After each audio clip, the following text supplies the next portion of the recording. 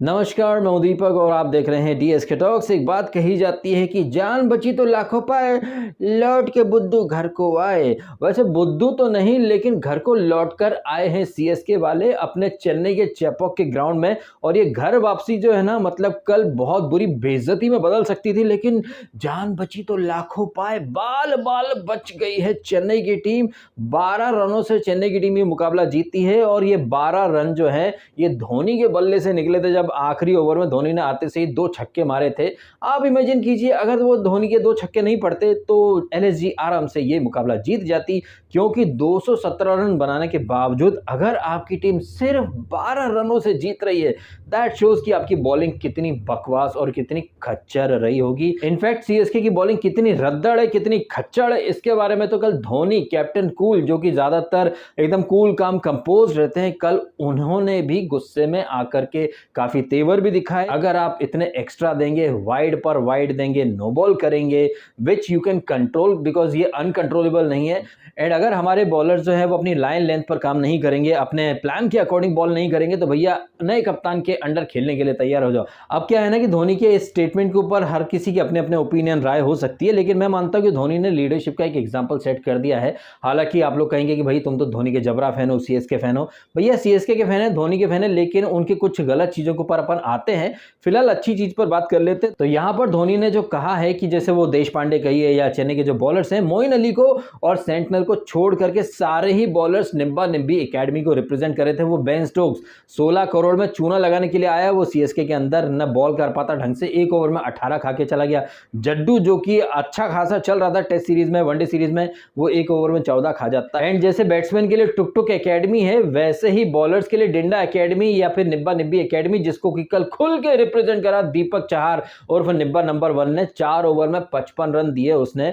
और impact player Tushar देश पांडे, भाई साहब वाइड पर वाइड नो बॉल फेंके जा रहा है। एंड ऐसे ही बॉलर्स को आईना दिखाने के लिए कल धोनी ने जो स्टेटमेंट दिया कि अगर ये बॉलर्स इंप्रूव नहीं करेंगे तो इट्स बेटर कि ये किसी और कैप्टन की कैप्टनसी में खेल लें, क्योंकि एज ए लीडर ये शायद धोनी की गलती है या फिर धोनी खुद को कसूरवार मान रहे हैं कि इतना समझाने के बावजूद अगर इनके निब्बा निब्बी बॉलर्स इंप्रूव नहीं कर रहे हैं तो कमी उनमें नहीं है, कमी शायद अपनी लीडरशिप में होगी, क्योंकि शायद हम आपको समझा नहीं पा रहे हैं। तो धोनी ने यहाँ लीडरशिप का तो काफी अच्छा एक एग्जांपल सेट करा है। तो जहां धोनी ने एक तरफ लीडरशिप का अच्छा एग्जांपल सेट करा, वहीं आखिरी ओवर में आकर ताबड़तोड़ 2 छक्के मार करके विंटेज धोनी की झलक भी दिखा दी। और ये 2 छक्के मारे थे धोनी ने गौतम गंभीर की टीम के खिलाफ। बताइए, गौतम गंभीर 2011 वर्ल्ड कप में भी पवेलियन में बैठ करके धोनी के छक्के देख रहे थे, और यहां पर 12 साल बाद भी गंभीर बैठे हैं पवेलियन में और धोनी छक्के मार रहा है। गंभीर शायद ये सोच रहा होगा, बताओ साला हम रिटायर होकर के कोच बन गए हैं, मेंटोर बन गए हैं। धोनी अभी माही मार रहा है।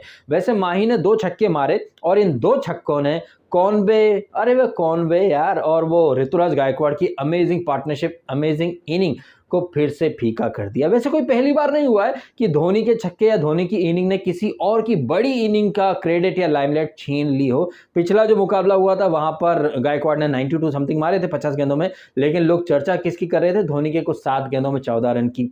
कल इसने गायकवाड़ ने 50 मारी, कॉनवे 50 मार नहीं पाया, 40 समथिंग कुछ बनाए थे, 47 if I am not wrong. लेकिन धोनी ने 2 गेंदों में 2 छक्के मारकर पूरी वाहवाही, मतलब महफिल लूट ली।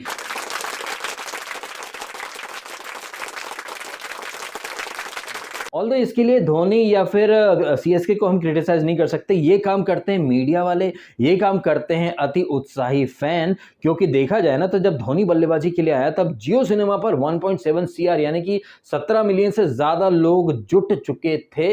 अब धोनी का क्रेज है भाई, धोनी आईपीएल के फेस हैं, तो धोनी कुछ भी करते हैं तो उस चीज को बहुत बड़ा चढ़ा करके प्रस्तुत किया जाता है। जबकि मेरा ये मानना है कि पिछला मैच और कल का मैच, इन दोनों ही मैचेस में सीएसके को ताबड़तोड़ शुरुआत दी थी ऋतुराज गायकवाड़ ने, लेकिन उसकी इनिंग को बिल्कुल वैसे ही इग्नोर कर दिया गया जैसे हमारे स्वतंत्रता सेनानी भगत सिंह, चंद्रशेखर आजाद, इन सबको इग्नोर करके गांधी बापू ने चरखा चलाकर आजादी दिला दी। मतलब हम कहना चाहते हैं कि नाखून कटा करके शहीदों में नाम लिखवाने वाला जो ट्रेंड है, जो फिलॉसफी है ना, वो आज भी बदस्तूर जारी है। बंदा 50 मारता है, पिछले मैच में 90 मारता है, ऑरेंज कैप ले लेता है, लेकिन उसकी इतनी बातें नहीं होती हैं जितनी बातें धोनी के 2 छक्कों की हो जाती हैं। खैर, चेन्नई की टीम 212 बना बनाती है, कॉनवे, गायकवाड़, बाद में रायडू और आखिरी में धोनी आकर के हिटिंग करता है 217। लेकिन मेरा ये मानना था कि 220 से ऊपर तो बन ही जाने चाहिए थे किसी भी हालत में, क्योंकि आपकी टीम अगर 6 ओवर के पावर प्ले में 79 बनाती है, 10 ओवर के अंदर आप 100 पार कर जाते हैं,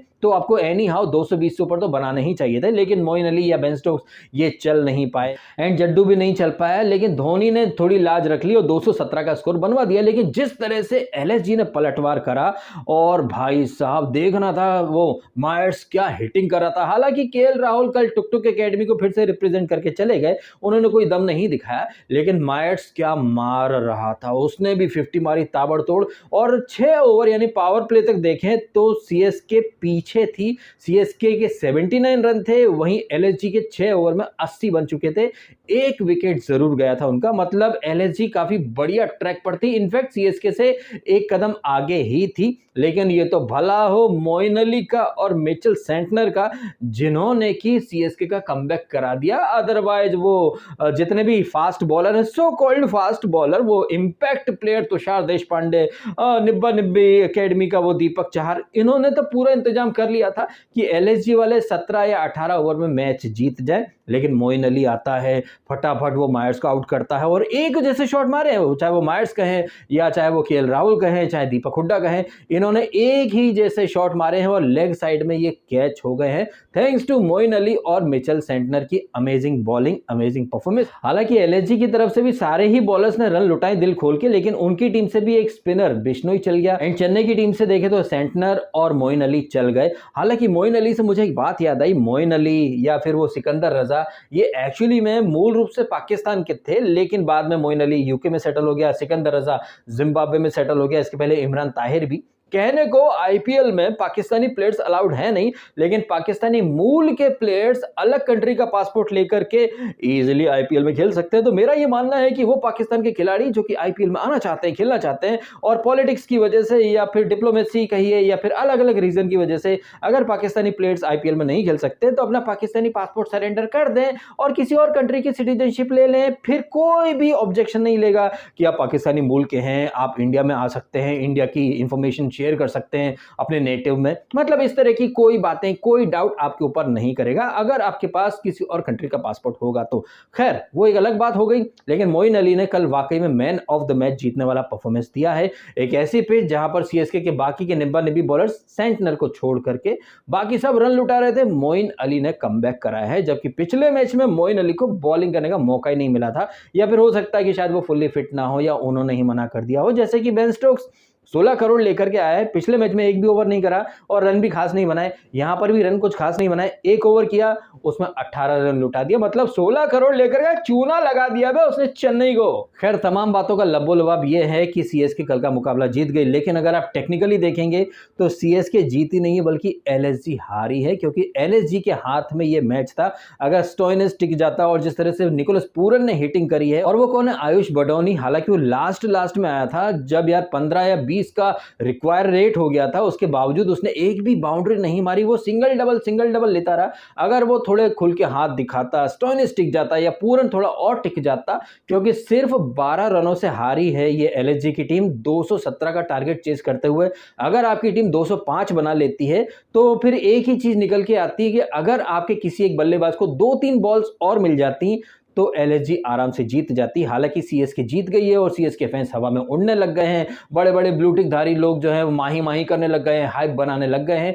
लेकिन ये जो जीत मिली है ना सीएसके को, ये एकदम तुक्के से मिली हुई जीत है। अगर पूरन या स्टोइनिस थोड़ा टिक जाते तो सीएसके ये मुकाबला भी घर में हार ही जाती। तो इस जीत से ज्यादा हवा में उड़ने की कोई आवश्यकता है नहीं, इस जीत को ओवर हाइप करने की कोई आवश्यकता है नहीं, धोनी के 2 छक्कों को ओवर हाइप करने की कतई कोई आवश्यकता है नहीं। ये जो टीम है, इस टीम के ऐसे खच्चर बॉलर हैं कि ये तो 230 भी डिफेंड नहीं कर पाए। ये तो गनीमत है कि कल मोइन अली और सेंटनर चल गए, जरूरी नहीं है कि ये हर मैच में चल जाएंगे। और हाँ, जिस तरह से मायर्स खेल रहा था, अगर वो 10-15 बॉल और खेल लेता तो भाई मुकाबले का जो नतीजा है वो कुछ और ही दिखाई देता। खैर इस हार के बाद भी कोई ज्यादा पॉइंट्स टेबल में फर्क पड़ा है नहीं, एलएसजी अभी भी टॉप 3 में चल रही है और सीएसके नंबर 7 पे थी, वो एक जीत के साथ खाता खोल के नंबर 6 पर आ चुकी है। अब आप कमेंट करके बताइएगा आपकी ओपिनियन। जिस तरह से कल कल का मैच हुआ है। हालांकि कल के मैच के बारे में मैंने प्रेडिक्शन करा था कि सीएसके अपने घरेलू ग्राउंड पर खेलने के लिए आई है तो वो जीत सकती है, तो सीएसके ने जैसे तैसे खुद के साथ मेरी भी लाज बचा ली। आज है जीटी का मुकाबला डीसी से और मुझे लग रहा है करंट फॉर्म के हिसाब से जीटी का पलड़ा थोड़ा सा मुझे भारी लग रहा है, क्योंकि डीसी जो है वो रिदम में नहीं दिखाई दे रही है। वो टीम अभी भी परफेक्ट बैलेंस कॉम्बिनेशन के लिए जूझ रही है, जबकि उस टीम में रिकी पॉन्टिंग कोच हैं और सौरव गांगुली हैं क्रिकेट डायरेक्टर के तौर पर। इतने बड़े बड़े नाम होने के बावजूद और डेविड वॉर्नर जैसा कैप्टन होने के बावजूद डीसी जो है वो थोड़ी सी फीकी लग रही है।